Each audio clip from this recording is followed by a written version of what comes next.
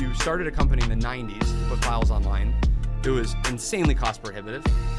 There was no concept of freemium. So all these companies basically charged for a service that was way too expensive for anybody, any real consumer to ever want to pay for. Bandwidth was incredibly slow. In a 5-year period, the whole world had shifted. Cable modems were much more pervasive. Mobile internet was increasingly pervasive. Cost of storage had already gone down by, let's say, 10 or 20x. The internet was finally ready for this idea, yet the only companies that were pursuing it still were basically these dying zombie companies from the 90s. I think to some extent, you almost have this eventual epiphany of like, wait a second, am I seeing something that like nobody else is seeing?